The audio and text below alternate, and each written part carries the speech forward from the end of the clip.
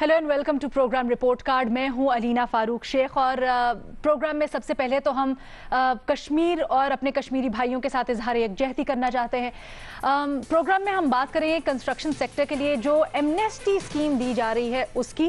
ख्वाजा आसिफ साहब पर तौहीन मजहब का जो इल्ज़ाम लगाया जा रहा है उसके लिए दरख्वास्त दी गई है, उसको भी हम डिस्कस करेंगे। लेकिन सबसे पहले हम डिस्कस करेंगे बिलावल भुट्टो जरदारी का वज़ीर आज़म के चैलेंज की। तो आपको याद होगा कि कौमी असम्बली में खिताब करते हुए बिलावल भुट्टो जरदारी ने वज़ीर आज़म साहब को मनाज़रे का चैलेंज दिया था। अब बात उससे थोड़ा आगे निकली है। कराची में प्रेस कॉन्फ्रेंस करते हुए बिलावल भुट्टो जरदारी ने वज़ीर आज़म इमरान खान और वफाकी हुकूमत पर करप्शन के इल्ज़ाम लगाए हैं। उनका कहना है कि इमरान खान खुद करप्शन का रिकॉर्ड तोड़ रहे हैं। पोलियो में करप्शन, हज में करप्शन, PIA में करप्शन, पूरा पंजाब जादू और करप्शन से चल रहा है। बिलावल भुट्टो ने यह भी कहा है कि बिल्डन ट्री, सोनामी, BRT और मालम जब्बा में करप्शन है। चीनी आटा और तेल पर भी करप्शन है। बिलावल भुट्टो जरदारी ने सवाल उठाया कि कहां है अलीमा खान की money trail. Chairman Peoples Party ने BRT केस से अदालती हुक्म में इम्तना हटाने का मुतालबा किया है और इसके साथ साथ उन्होंने ये भी कहा है कि कराची में बिजली आती नहीं है लेकिन बनी गाला से जाती नहीं है। बिलावल भुट्टो ने वफाकी हुकूमत को कोरोना टेस्टिंग जानबूझकर कम करने का इल्ज़ाम भी उन पर आयद किया है। मजीद कहना था कि वफाकी हुकूमत शहरियों की जिंदगियां दांव पर लगा रही है। दूसरी जानिब हुआ है कि वफाकी वजीर मुराद सईद ने बिलावल का चैलेंज कबूल करते हुए कहा है कि इनका तो ओढ़ना बिछोना करप्शन है और ये हमें करप्शन का ताना दे रहे हैं। मुखालिफिन को चोर डाकू ये इसलिए कहते हैं क्योंकि इनके खिलाफ GIT रिपोर्ट बनी हुई है। वफाकी वजीर ने कहा कि कौम के सामने चैलेंज करता हूं कि पार्लियामेंट में बहस करनी है तो आपकी मर्जी का होगा। अब सवाल हमने इस पर अपना यूं रखा है बुनियादी कि चेयरमैन पीपल्स पार्टी को मुराद सईद को चैलेंज करना चाहिए या फिर वजीर आजम इमरान खान का इंतजार करना चाहिए। इमरान खान या मुराद सईद के ऑप्शन है हमारे एनालिस्ट के पास। और पैनल पर आज हमें ज्वाइन कर रहे हैं हसन निसार साहब, मजहर अब्बास साहब, महमूद सरफराज साहिबा, रीमा उमर साहिबा और मुनीफ फारूक साहब भी हमें ज्वाइन कर रहे हैं। हसन निसार साहब, आपको क्या लगता है? कुछ भी नहीं है लीना, यहाँ क्या कुछ भी नहीं लगता। ये अंदाजा लगाओ, यही कल्चर है पीपल्स पार्टी और नून लीग के दरमियान भी यही कुछ चलता रहा। अब ये इक्तदार में इनके दरमियान शुरू हो गया है। इस पे सिर्फ एक जुमला बस कि छाछ तो बोले, यहाँ तो छलनियां भी बोल रही हैं। खुदा की पनाह, बेहिसी की आखिरी इंतहा, अनगिनत इल्जामात अंधों को भी नजर आना शुरू हो गया है। इन लोगों का माजी क्या है, इनकी परफॉर्मेंस क्या है, जरा पेशा। मैं अब से नहीं, खैर मुझे तो 26 साल हो गए पाकिस्तान में, ना जमहूरियत ना पॉलिटिशियन, एक खास तरह के क्रिमिनल को। अदरवाइज मैंने कहा है ना, असेंबलीज गिनने सारी सेनेट तक पहुंचे, इतने ईदी इस मुल्क में जो ये बातें करते हैं। बाकी जो अमाल हैं और कुछ भी नहीं चाहिए। जो इस मुल्क का हाल हो गया, जहां ये पहुंचा दिया गया है, ये कैसे हो गया मेरी समझ से बाहर है। लेकिन बहरहाल, या ढिटाई तेरा आसरा, बोले जाओ। बहरहाल छोड़ें, बस इतना ही काफी है। ठीक है, मुनीफ फारूक साहब, आपको क्या लगता है? देखिए, मुझे भी कुछ नहीं लगता, वो इसलिए कि ये बेतुकी सी बहस है। ये मुराद सईद साहब का कहना कि जी मैंने चैलेंज कबूल कर लिया, बिलावल साहब का कहना कि मैंने चैलेंज दिया था, मुनाजरा कर लें, ये इतनी इमेच्योर पॉलिटिक्स है। अभी तो खैर आई डोंट नो, हमें ये भी लेटली पता नहीं लग पा रहा कि हम जो ये कोरोना वायरस का सारा मामला है, आज हम वेयर डू वी स्टैंड, हमें नहीं पता लग रहा। बिकॉज जो हमें लास्ट प्रेडिक्शंस थी वो ये थी कि if I am to rely on the government's figure कि जी इस वक्त जो है वो शायद कम हो रहा है, लेकिन जो पहले प्रेडिक्शंस थी या प्रोजेक्शंस थी वो ये थी कि कर्व जो है अगस्त में ऊपर जाएगा। सो हम मुझे तो ये समझ नहीं आ रहा कि मैं एग्जैक्टली रेफ़र किसको करूँ। मैं NCOC के बात को देखूँ या जो इंटरनेशनली प्रोजेक्शंस पाकिस्तान के हवाले से थी उनको देखा जाए, या उन इल्ज़ामात की तरफ देखूँ कि टेस्टिंग जानबूझकर कम की गई है, टेस्टिंग कम हो रही है। So as a common Pakistani I am confused. दूसरी बात यह है दूसरी बात यह है कि जो ये सिंध के अंदर जो अच्छे हॉस्पिटल या NICVD इस टाइप की कोई फैसिलिटीज़ बनाई गई हैं, बहुत अच्छी बात है। और फेडरल गवर्नमेंट को या खैबर पख्तूनख्वा हुकूमत को भी उसको रेप्लिकेट करना चाहिए अगर वहाँ पर ऐसा कुछ नहीं है। ये सवाल पूछना अपोजिशन पूछती है, लेकिन हुकूमत को जवाब जो है वो ज़रा तदब्बुर से देना पड़ता है, मैच्योरिटी से देना पड़ता है। प्रॉब्लम हुक्मरान जमात का बाकी तो चले गवर्नेंस के या और मामलात हैं। एक सबसे बड़ा मसला जो इनका है वो एटीट्यूड का है। दो चीज़ें मैंने पहले भी कही थी, वो आज भी हैं। एक है ओवर इन्फ्लेटेड ईगो, ये माशाल्लाह काफ़ी सलाहियत कर चुकी है हुक्मरान जमात में। दूसरा है कि सेल्फ राइटियस होने का एक सिंड्रोम होता है। ये एक, मैं तो अब ये शायद इस सिंड्रोम से आगे ये प्रॉपर शायद एलिमेंट बन गई है कि ये उसका शिकार हैं और शायद इसके लिए कोई दवाई की ज़रूरत है, कोई हकीम के पास जाएं, किसी से मशवरा करें, किसी डॉक्टर के पास जाएं।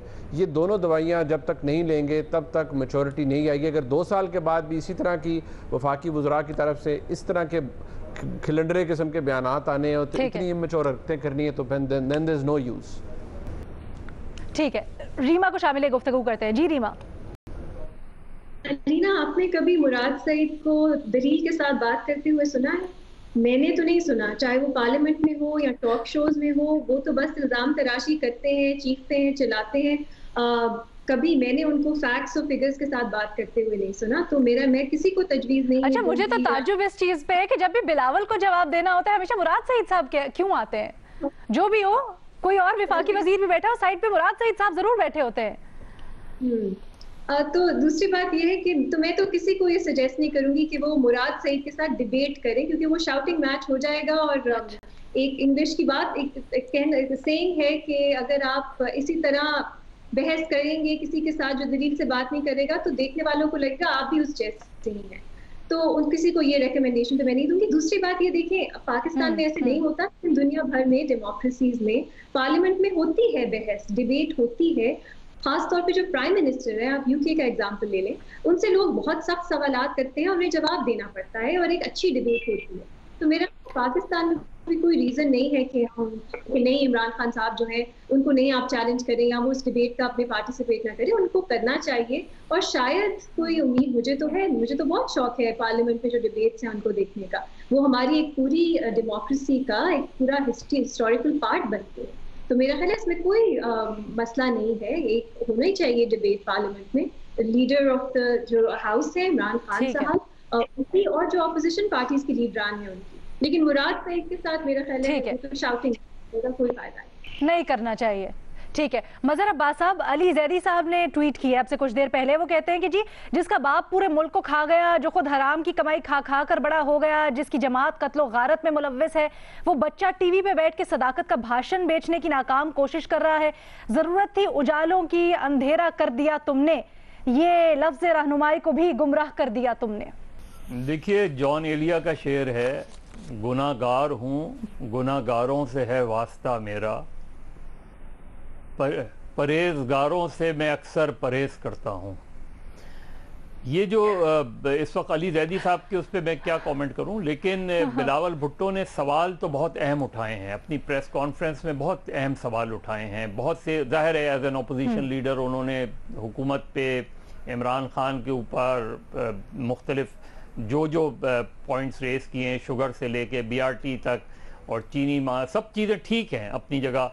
उन्होंने उन सवालात के जवाब आने चाहिए। मेरा ख्याल है मुराद सईद हो या कोई भी हो तो गवर्नमेंट को उसके जवाब ज़रूर देने चाहिए, उन पॉइंट वाइज जवाब देने चाहिए। लेकिन क्या बिलावल भुट्टो पूरे एतमाद के साथ ये कह सकते हैं कि उन पर, उनकी पार्टी पर, उनकी हुकूमत पे जो इल्ज़ामात माजी में लगते रहे हैं और अब जो मुकदमात चल रहे हैं, तो क्या उनकी हुकूमत एक क्लीन गवर्नमेंट थी? क्या उनके ऊपर ये सारे संगीन इल्ज़ामात जो माजी में लगे हैं आसिफ अली जरदारी के ऊपर या उनकी हुकूमत पे, वो क्या सब के सब गलत हैं? उसमें क्या वो अपना पूरा एक क्लीन रिकॉर्ड के साथ बात कर सकते हैं ये सारी बातें? क्योंकि एतमाद के साथ आदमी उसी वक्त आता है कि जब वो खुद बिल्कुल क्लीन हो। ये उन्होंने जो सवालात इमरान खान से पे लगाए हैं और हुकूमत पे लगाए हैं, तो अली जैदी साहब को या मुराद सईद साहब को या वफाकी हुकूमत को उन सारे इल्ज़ामात का ठोस जवाब देना चाहिए। ये नहीं है कि आप बिलावल भुट्टो पे या जिस तरह की लैंग्वेज अली जैदी साहब ने यूज़ की है, मैं खैर वो लैंग्वेज तो मेरी आदत नहीं है, ना मेरा जो मिजाज है उस तरह की, ये नहीं होता। आप जवाब दें बिल्कुल इसी तरीके से बिलावल भुट्टो भी जवाब दें।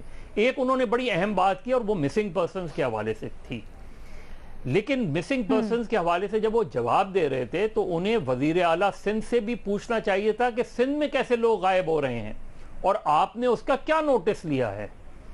ये जवाब तो उन्हें सिंध के वजीर आला से पूछना चाहिए था, क्योंकि सवाल सिंध में नौजवानों के गायब होने का था। उन्होंने लार्जर कॉन्टेक्स्ट में तो ठीक जवाब दिया, लेकिन वो जिस सूबे में बैठ के प्रेस कॉन्फ्रेंस कर रहे हैं उस सूबे का वजीर आला उनके साथ बैठा हुआ है, तो उससे तो कम से कम पूछते कि सिंध से लोग कैसे गायब हो रहे हैं, आपने इसका क्या नोटिस लिया है।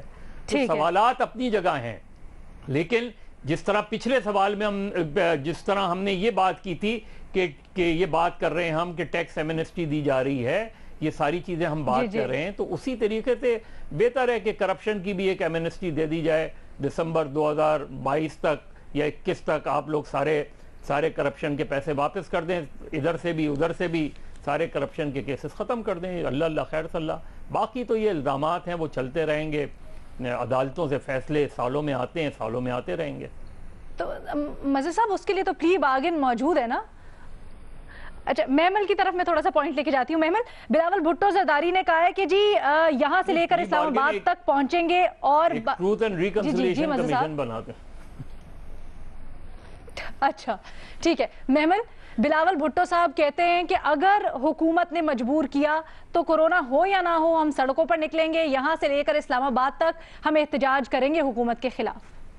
जी देखिए अलीना, खैर ये तो जाहिर बात है एक सियासी सा बयान है, लेकिन जो आपका सवाल है वैसे जो डिबेट के ऊपर, तो मेरे ख्याल में रीमा ने बड़ा अच्छा जवाब उसका दिया कि मुराद सईद से तो डिबेट करना बनता भी नहीं। एक तो खैर ये है कि वो शाउटिंग मैच हो चुकी, दूसरी चीज ये है कि देखिए अगर वजीर आजम साहब जो अपनी पार्टी के चेयरपर्सन है तो बिलावल भुट्टो अपनी पार्टी के चेयरपर्सन है, और आप हम मनसब से एक डिबेट होती है ना, यानी कि पार्टी लीडरशिप और उस तरीके से शहबाज शरीफ साहब करेंगे, मतलब अगर मनाजरा होगा तो इन तीनों में एक होनी भी चाहिए, जो कि एक्चुअली अमेरिका के अंदर होता है, बरतानिया में होता है।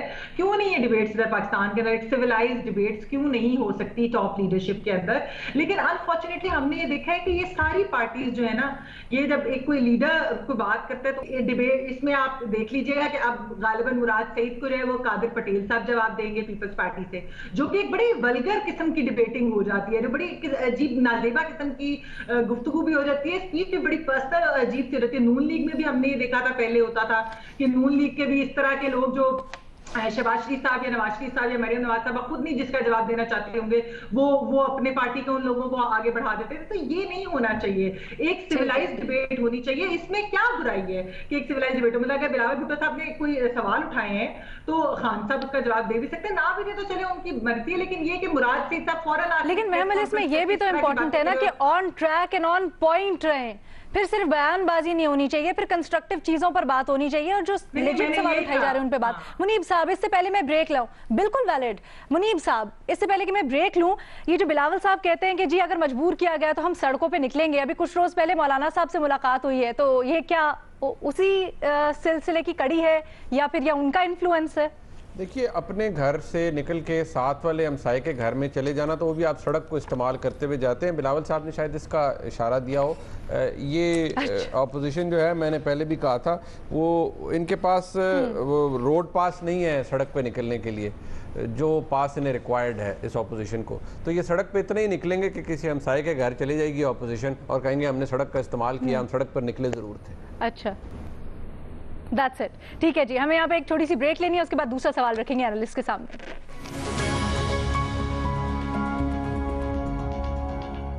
जी, हमने बड़े अहम इशू पर बात करनी है। मुस्लिम लीग नून के रहनुमा ख्वाजा आसिफ ने कौमी असम्बली में बात करते हुए कहा किसी मजहब को किसी दूसरे मजहब पर फौकियत हासिल नहीं। उन्होंने कहा कि किसी भी मजहब के पैरोकारों को किसी दूसरे मजहब के पैरोकारों पर फौकियत हासिल नहीं। ख्वाजा आसिफ के अब इस बयान पर तहरीक इंसाफ नारोवाल के रहनुमा कमर रियाज सुलहरी ने तौहीन मजहब के तहत कार्रवाई की दरख्वास्त दी है। तनकीद के बाद ख्वाजा आसिफ ने वजाहत देते हुए ये भी कहा कि मैंने तमाम मज़ाहिब के पैरोकारों की बराबरी की बात की है। ख्वाजा आसिफ के बयान पर वफाकी वज़ीर फवाद चौधरी ने भी उनकी तायीद की है और कहा है कि पाकिस्तान के आइन में तमाम मज़ाहिब को बराबर की आज़ादियाँ हैं। ख्वाजा आसिफ की बात बिल्कुल दुरुस्त है। इसको लेकर ख्वाजा आसिफ के खिलाफ फतवाबाजी करने वाले मोदी और भारतीय शिद्दत पसंदों की सोच के हामिल लोग हैं। ऐसी सोच को यकसर मुस्तरद करने की ज़रूरत है। अब इस पर हमारा सवाल बुनियादी कुछ यूँ है अपने एनालिस्ट से कि क्या तहरीक इंसाफ बतौर सियासी जमात सिर्फ की हिमायत करेगी, हाँ या नहीं के ऑप्शन है हमारे एनालिस्ट के पास।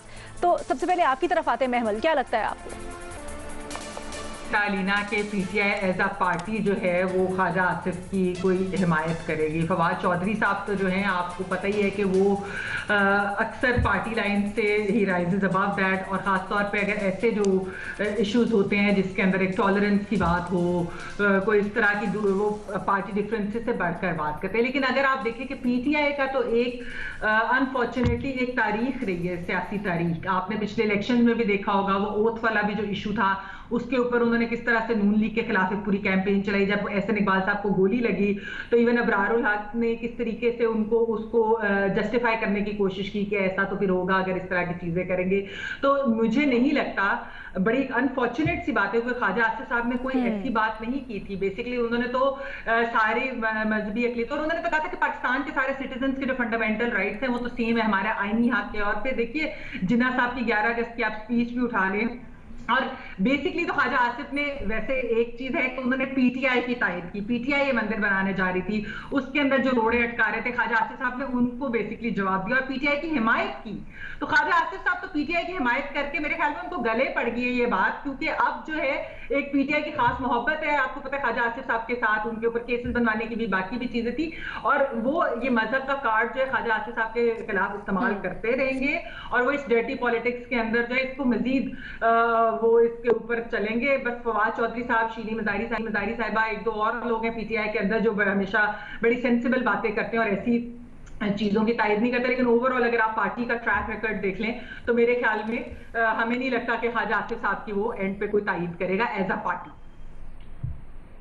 अच्छा हसन साहब, बहुत ही अनप्रडिक्टेबल किस्म की आइटम है, तो मैं उनके बारे में क्या प्रेडिक्ट करूं। लेकिन एक बात है, बुनियादी उसूली रूहानी बात है कि मज़ाहब भी इंसानों की तरह होते हैं, ये बराबर नहीं होते, लेकिन सुलूक बराबर का करना पड़ता है और करना भी चाहिए, और हमारे दीन का भी यही हुक्म है। सो जिसने ये शिकायत की है या दरख्वास्त दी है, जो भी किया है, वो इंटेलेक्चुअली मेरा ख्याल है थोड़ा मशकूक और बहुत ही महदूद ज़हन का आदमी है। बस जी, आई एम थ्रू। ठीक है जी। मुनीफ फारूक साहब, लेकिन हकीकत यही है कि इस तरह के रिलीजियस सेंटिमेंट को इस्तेमाल किया जाता है हमारे मुल्क में। बिस्मिल्लाहिर्रहमानिर्रहीम, बात दुरुस्त है। देखिए, दो बातों को अगर आप एनालाइज करें, एक होता है कि अगर आप किसी चीज़ को थ्योरेटिकल पर्पसेस के लिए देखते हैं, प्रैक्टिकल पर्पसेस के लिए, तो अगर थ्योरेटिकली देखा जाए या अगर आइन की रूह से देखा जाए तो हमारे मुल्क में मुकम्मल आज़ादी है। ना सिर्फ जैसे अभी हसन साहब फरमा रहे थे, मज़हब का भी यही हुक्म है, क्योंकि इतना ज़बरदस्त और इतना उसमें डेप्थ है हमारे रिलीजन के अंदर, वहाँ पर भी यही हुक्म है। और जो कानून हमारे मुल्क में इस वक्त मुरवजा है, जो आइन मुरवजा है, उसके अंदर भी ये स्ट्रेंथ है कि वो तमाम अक़लियतों को अपने अपने मज़ाहिब को प्रीच करने की इजाज़त देता है। ये है बात कम अज़ कम आइन की रूह से मैं कहूँगा कि थ्योरेटिकली। लेकिन बदकिस्मती ये है कि फॉर प्रैक्टिकल पर्पसेस हमारे मुल्क के अंदर आज भी तकरीबन 7 दहाइयाँ गुजरने के बाद भी आज भी ये मसाइल अभी भी मौजूद हैं। लोगों को जो माइनॉरिटीज़ के अंदर होते हैं उनको पर्सिक्यूट भी किया जाता है, उनको टारगेट भी किया जाता है, बिला वजह ऐसे इल्ज़ामात लगाए जाते हैं जिनके अंदर कुछ शवाहिद नहीं होते। तो ये सबसे बड़ी ज़्यादती ये है कि अगर आपके पास कुछ लिखा हुआ है किताब के अंदर, वो आप डिराइव करते हैं हम अपने मज़हब से और अहकामात अल्लाह ताला की तरफ से जो है वहाँ से, फिर जो आपके मुल्क के अंदर कानून है आप उसको देखते हैं, वो हर चीज़ लेटर इन स्पिरिट मौजूद है। लेकिन जब आप प्रैक्टिस की बात आती है तो हम वो लिबर्टी नहीं देते दूसरे मज़ाहिब के लोगों को। ये बहुत तकलीफ़ दे बात है। देखिए, गद्दारी, ये सर्टिफिकेट बांटना और किसी दूसरे मज़हब के किसी शख्स को उसकी इबादत करने से रोकना, मैं नहीं समझता। जिस तरह हसन साहब ने भी कहा है कि कोई बहुत ही दिमागी तौर पर कोई महदूद शख्स होगा जिसका कोई बिल्कुल भी, जिसके पास इंटेलेक्चुअल तो खैर क्या, इंटेलेक्चुअल इंटेलिजेंस तो क्या, लेकिन जो बेसिक इंटेलिजेंस है वो भी शायद नहीं होगी, वो इस किस्म की हरकतें करेगा। लेकिन जब तक हमारे मुल्क की सियासत के अंदर 2-3 एक रिलीजन कार्ड, एक ये गद्दारी कार्ड, जब तक ये इस्तेमाल होता रहेगा आप कभी इंश्योर नहीं कर सकते कि आपके मुल्क के अंदर एक स्टेबल एनवायरनमेंट होगी फॉर ऑल द रिलीजन्स। यहाँ डोमिनेट कर रहा है हमारे मुल्क के अंदर जो इस वक्त मुसलमान हैं, उनकी तादाद बहुत ज़्यादा है, लेकिन आप पाकिस्तान का परचम देख लीजिए, पाकिस्तान का आइन देख लीजिए, और सबसे ऊपर ये कि मज़हब इस्लाम के अंदर जो अहकामात हैं वो देख लीजिए। क्या हम ये तमाम बातें फॉलो कर रहे हैं for practical purposes? The answer is no. Unfortunately इसका जवाब नफ़ी में है। अगर हम समझ जाएंगे तो शायद हम एक टॉलरेंट एनवायरनमेंट क्रिएट करने के लिए कुछ आगे हमारी आने वाली नस्लें देख पाएंगी। नहीं तो ऐसे ही होगा। आज इस तरह की जो बेवकूफ़ाना हरकत एक शख्स ने की है, किसी एक सियासतदान की ज़िंदगी ख़तरे में डाल रहे हैं, कल और बहुत से लोगों की ज़िंदगी ख़तरे में डाली जा सकती है, क्योंकि ऐसे वाक़यात बदकिस्मती से हमारे मुल्क में हुए। यकीनन। तो क्या आपको लगता है पीटीआई अब कोई स्ट्रिक्ट एक्शन लेगी, क्योंकि उनके अपने ही पार्टी के एक रहनुमा हैं जिन्होंने ये हरकत की है? इस्लाम की वो इतना बड़ा मज़हब है अल्हम्दुलिल्लाह, हमारा ना उसकी कोई तौहीन हुई है ख्वाजा आसिफ साहब की बात से, ना उन्होंने कोई तौहीन की है जहाँ तक मैं उनके बयान को देख पाया हूँ। तो पार्टी को और ख़ास तौर पर प्राइम मिनिस्टर इमरान खान साहब को ये स्टेबल एनवायरनमेंट ना सिर्फ मुल्क के अंदर, अपनी पार्टी के अंदर भी क्रिएट करने की ज़रूरत है, डिसिप्लिन क्रिएट करने की ज़रूरत है। वो मुल्क के चीफ एग्जीक्यूटिव हैं, उनको चाहिए कि वो ये सब एनेबलिंग एनवायरनमेंट लोगों के लिए पैदा करें। आप माइनॉरिटीज़ की बात करते हुए शो के स्टेटमेंट्स ना उठाइए ना, प्रैक्टिकली उनके लिए कुछ कीजिए, लोगों को ये आज़ादी तो दीजिए। लेकिन करेगी या नहीं करेगी मुनीब? आंसर देखिए, पास्ट रिकॉर्ड तो मुझे कोई इतना अच्छा नहीं नजर आता, लिहाजा मेरा ऑप्शन आप कोई ना ही रखिए तो बेहतर है। मैं कोई ऑप्शन नहीं लूंगा। चलें ठीक है, हम कोई ऑप्शन नहीं, ठीक है, हम कोई ऑप्शन नहीं रख रहे। आपका रीमा?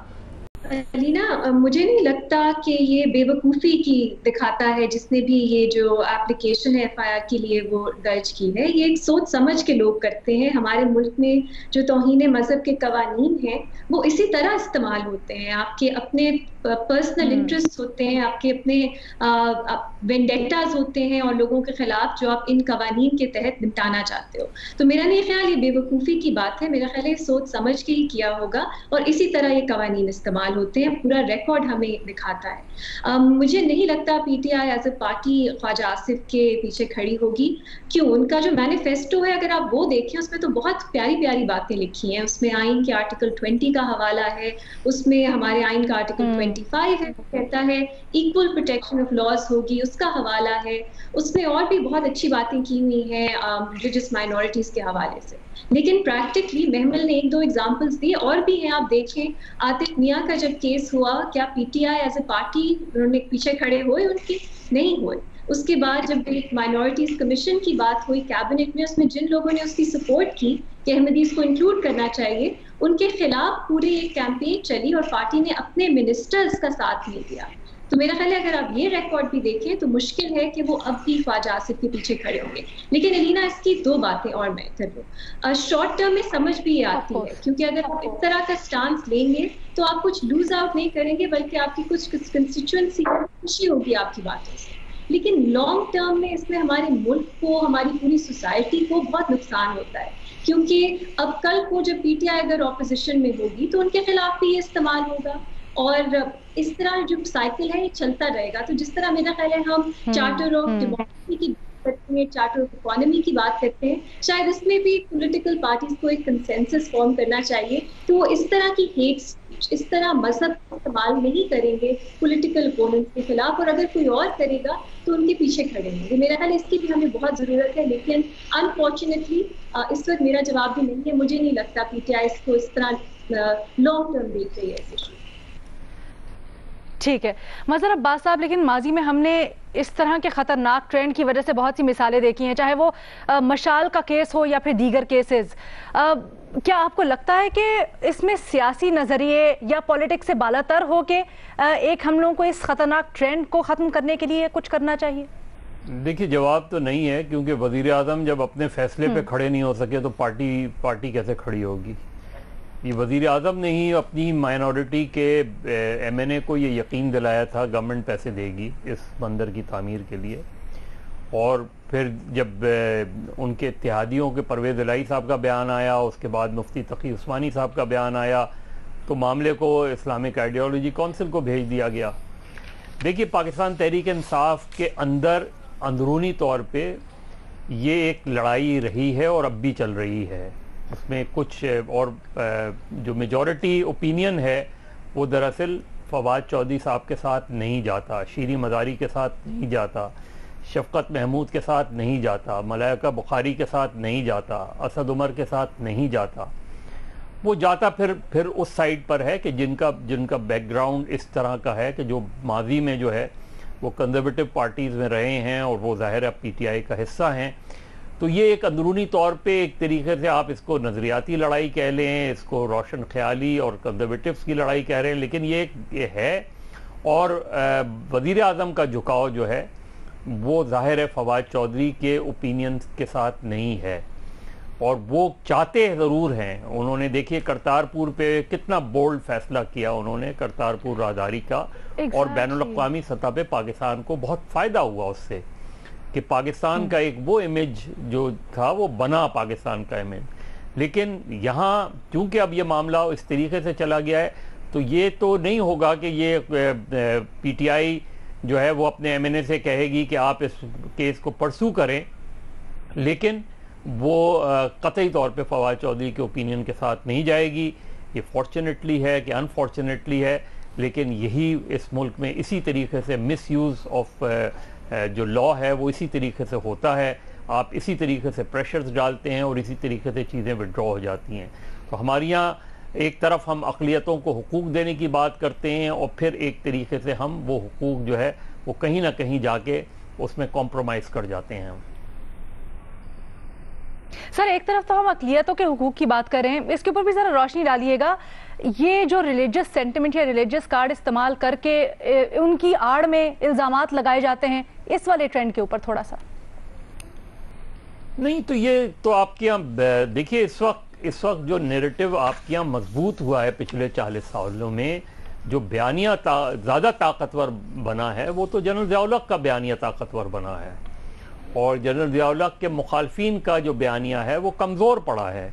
उसमें सियासी जमातें भी जिम्मेदार हैं। जो ग्राउंड रियलिटी है वो यही है कि वो जो बयान देख लेना कि आप पिछले 40 सालों में जो इंतहा पसंदी है वो अपनी इंतहा को पहुंचती हुई नज़र आती है हमारे यहाँ। उसमें हम टॉलरेंस का लेवल हमारा बिल्कुल ज़ीरो हो गया है, हम बर्दाश्त नहीं करते, बात नहीं करते, और अब क्योंकि ऐसे कवानीन भी आ गए हैं तो उसका हम उसको भी गलत इस्तेमाल करते हैं। तो मेरा ख्याल है उलमाए कराम के साथ एक संजीदा डिबेट की ज़रूरत है इस मसले पर। इस पर डिबेट एकेडमिक्स और उलमाए कराम के दरमियान डिबेट की ज़रूरत है, पॉलिटिशियंस के दरमियान इस डिबेट की ज़रूरत है। हम इसका गलत इस्तेमाल को रोकने की बहुत ज़रूरत है। ये मैं आपका पॉइंट पिक करूंगी और इसी पर हम ब्रेक लेंगे कि इसके गलत इस्तेमाल को रोकने की जरूरत है। Will take a break and will come back. तीसरा सवाल रखेंगे अपने एनालिस्ट के सामने।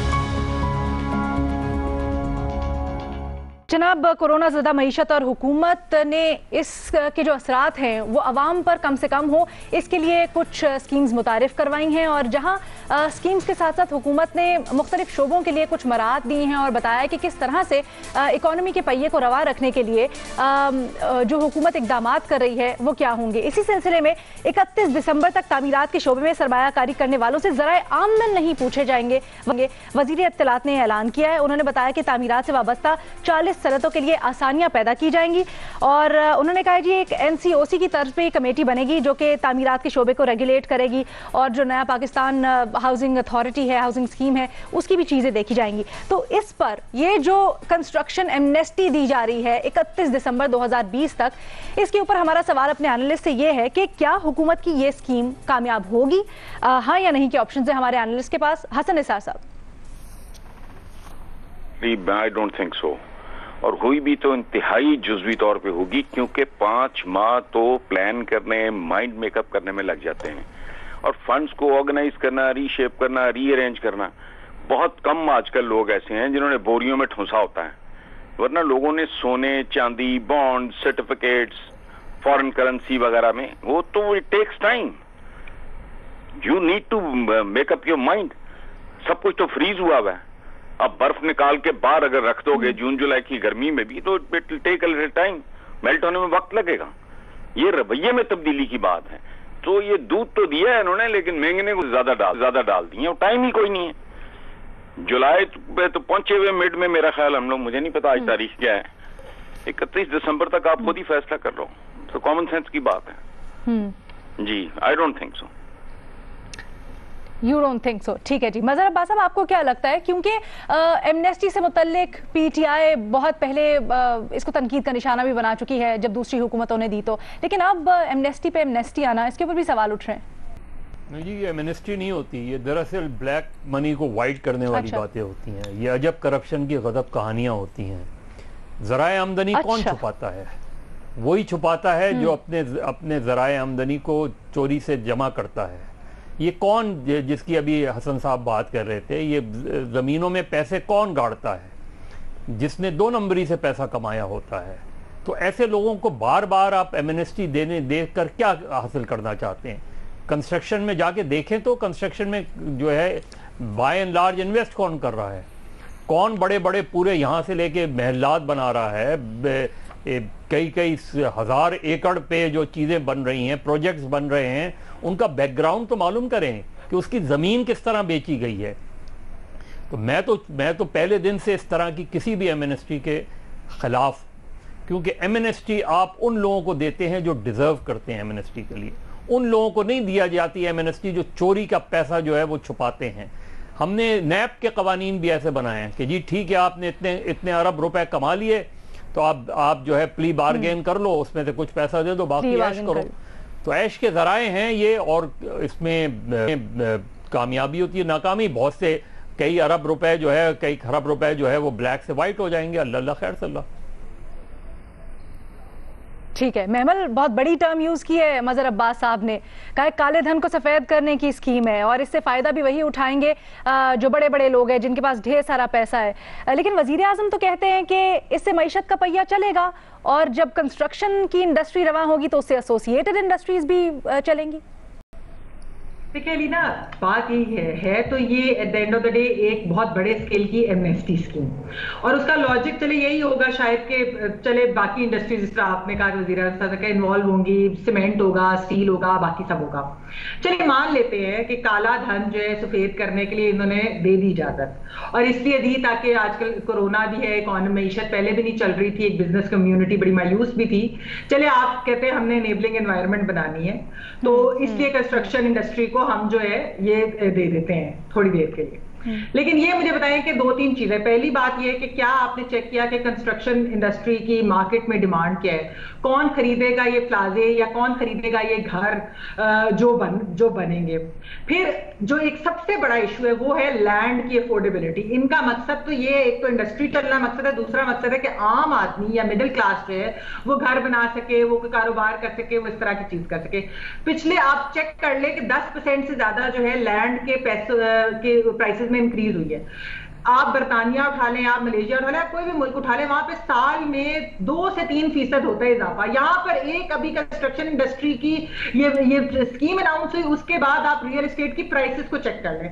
अगर गवर्नमेंट असल में चाहती है कि ये कामयाब हो तो पहले तो वो लैंड प्राइसेस जो है उसको रेगुलेट करे, क्योंकि वरना सिर्फ फाइलें जो प्रॉफिट लेना है ना, वो फाइलें और प्लॉट बेचने वालों ने लेना है, और वो जो चंद बड़े लोग हैं ना सिर्फ वो पैसे बनाएंगे। ना कोई ट्रिकल डाउन इफेक्ट होगा, ना कोई आम बंदे को उसका फायदा होगा। एक अच्छी चीज जो गवर्नमेंट ने इसमें की है वो है कि एक इंटरेस्ट रेट इन्होंने नीचे किया, थोड़ा मॉर्गेज की तरफ भी हम जा रहे हैं और बाकी इस तरह की कुछ चंद चीजें। लेकिन बात at the end of the day वही है लीना कि क्या बिल्डर्स माफिया या एक बिल्डर्स को आपने वो दे दिया, आपने एक स्कीम दे दी, क्या उसके बाद बिल्डर्स जो है वो उसको रेगुलेशन है उनके ऊपर के नहीं है?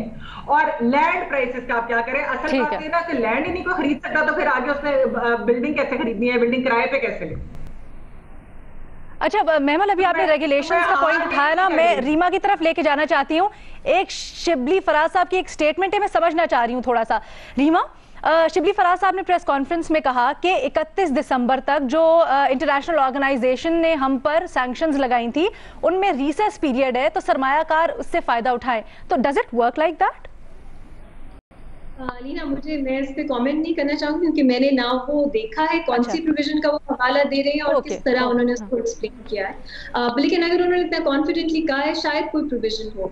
लेकिन मैं महमल की बात आगे लेके जाना चाहूंगी। एक अर्बन प्लानर है फिजा सजाद, उन्होंने एक बहुत अच्छा आर्टिकल इसमें लिखा था अप्रैल में, जब पहले ये कंस्ट्रक्शन इंडस्ट्री की जो एमनेस्टी है ये अनाउंस हुई थी। और उनका बहुत अच्छा सवाल था कि जब आप इस तरह की एमनेस्टी देते हैं या पैकेज देते हैं तो आप किसका फायदा कह रहे हैं होगा? Builders, developers, real estate agents, अगर इनका फायदा है, इसको आप एक सक्सेसफुल स्कीम समझेंगे तो बिल्कुल ये स्कीम भी बहुत सक्सेसफुल होगी। या अगर जो सबसे गरीब लोग हैं हमारे मुल्क के, अगर आप उनके लिए कुछ करना चाह रहे हैं तो शायद ये स्कीम सक्सेसफुल नहीं होगी। और उन्होंने बहुत सी वजूहात दी। एक जो मेमल ने बात की लैंड प्राइसेस की, जो स्कीम्स अनाउंस होती हैं एकदम बढ़ना शुरू हो जाती हैं क्योंकि उन्हें पता होता है कि बहुत से लोग जो है वो जमीन खरीदे।